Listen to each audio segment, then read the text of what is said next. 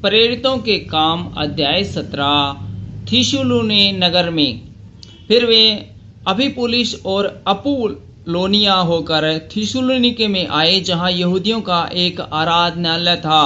पौलुस अपनी रीति के अनुसार उसके पास गया और 3 सब्बत के दिन पवित्र शास्त्रों से उसके साथ वाद विवाद किया और उनका अर्थ खोल खोल कर समझाता था कि मसीह को दुख उठाना और मरे हुओं में से जी उठना अवश्य था, और यही यीशु जिसकी मैं तुम्हें कथा सुनाता हूँ मसीह है।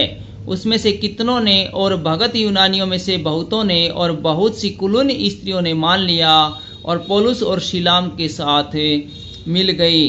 परंतु यहूदियों ने डाह से भरकर बाजारू लोगों में से कुछ दुष्ट मनुष्य को अपने साथ ले लिया और भीड़ इकट्ठी करके नगर में हुल्लड़ मचाने लगे और यासोन के घर पर चढ़ाई करके उन्हें लोगों के सामने लाना चाहा। उन्हें वहां न पाकर वे यह चिल्लाते हुए शिओन और कुछ भाइयों को नगर के हाकिमों के सामने खींच लाए। ये लोग जिन्होंने जगत को उल्टा पुल्टा कर दिया है यहाँ भी आ गए हैं।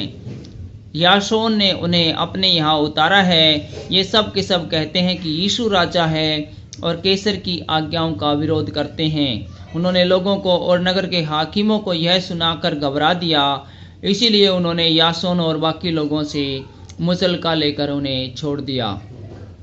बिरिया नगर में भाइयों ने तुरंत रात पौलुस और सीलास को बिरिया भेज दिया और वे वहां पहुंचकर यहूदिया के आराधनालय में गए। ये लोग थिस्सलुनीके के यहूदियों से भले थे और उन्होंने बड़ी लालसा से वचन ग्रहण किया और प्रतिदिन पवित्र शास्त्रों में ढूंढते रहे कि ये बातें यों ही है कि नहीं। इसलिए उनमें से बहुतों ने और यूनानी कुलीन स्त्रियों में से और पुरुषों में से बहुतों ने विश्वास किया। किंतु जब थिस्सलुनीके के यहूदी जान गए कि पौलुस बिरिया में भी परमेश्वर का वचन सुनाता है, तो वहां भी आकर लोगों को उकसाने और हल्ला मचाने लगे। तब भाइयों ने तुरंत पौलुस को विदा किया कि समुद्र के किनारे चला जाए, परंतु सीलास और तीमुथियुस वहीं रह गए। पौलुस को पहुंचाने वाले उसे एथेंस तक ले गए और सीलास और तीमुथियुस के लिए यह आज्ञा पाकर विदा हुए कि वे उसके पास शीघ्र से शीघ्र आए। एथेंस नगर में जब पौलुस एथेंस में उसकी बाट जो रहा था, तो नगर को मूर्तों से भरा हुआ देखकर उसका जी जल गया। अतः वह आराधनालय में यहूदियों और भक्तों से और चौकों में जो लोग उससे मिलते थे उनसे हर दिन वाद विवाद किया करता था। तब इपुकुरी और इक्तोई दर्शनों में से कुछ उससे तर्क करने लगे और कुछ ने कहा यह बकवादी क्या कहना चाहता है, परंतु दूसरे ने कहा वह अन्य देवताओं का प्रचार मालूम पड़ता है, क्योंकि वह यीशु का और पुनरुत्थान का सुसमाचार सुनाता था। तब वे उसे अपने साथ अरियुपगुस पर ले गए और पूछा, क्या हम जान सकते हैं कि यह नया मत जो तू सुनाता है क्या है? क्योंकि तू अनोखी बातें हमें सुनाता है, इसलिए हम जानना चाहते हैं इसका अर्थ क्या है। इसलिए कि सब एथेंस वासी और परदेशी जो वहाँ रहते थे नई नई बातें कहने और सुनने के सिवाय और किसी काम में समय नहीं बिताते थे। अरियुपगुस की सभा में पौलुस का भाषण। तब पौलुस ने अरियुपगुस के बीच में खड़े होकर कहा, हे एथेंस के लोगों, मैं देखता हूँ कि तुम हर बात में देवताओं के बड़े मानने वाले हो, क्योंकि मैं फिरते हुए जब तुम्हारी पूजने की वस्तुओं को देख रहा था तो एक ऐसी देवी भी पाई जिस पर लिखा था अनजाने ईश्वर के लिए। इसलिए जिसे तुम बिना जाने पूजते हो, मैं तुम्हें उसका समाचार सुनाता हूँ।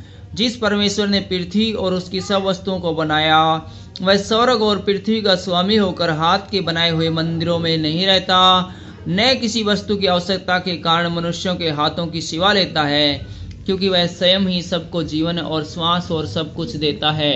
उसने एक ही मूल के मनुष्य की सब जातियां सारी पृथ्वी पर रहने के लिए बनाई है और उनके ठहराए हुए समय और निवास की सीमाओं को इसलिए बांधा है कि वे परमेश्वर को ढूंढे, कदाचित उसे टटोल कर पाएं, तो भी वह हमसे किसी से दूर नहीं, क्योंकि हम उसी में जीवित रहते और चलते फिरते और सितर रहते हैं। जैसा तुम्हारे कितने कवियों ने भी कहा है, हम तो उसी के वंशज है। अतः परमेश्वर का वंश होकर हमें यह समझाना उचित नहीं कि ईश्वर तो सोने या रुपये या पत्थर के समान है, जो मनुष्य की कारीगरी और कल्पना से गढ़े गए हो। इसलिए परमेश्वर ने अज्ञानता के समय पर ध्यान नहीं दिया, पर अब हर जगह सब मनुष्यों को मन फिराने की आज्ञा देता है, क्योंकि उसने एक दिन ठहराया है जिसमें वह मनुष्य के द्वारा धर्म से जगत का न्याय करेगा, जिसे उसने ठहराया है, और उससे मरे हुओं में से जिलाकर यह बात सब पर प्रमाणित कर दी है।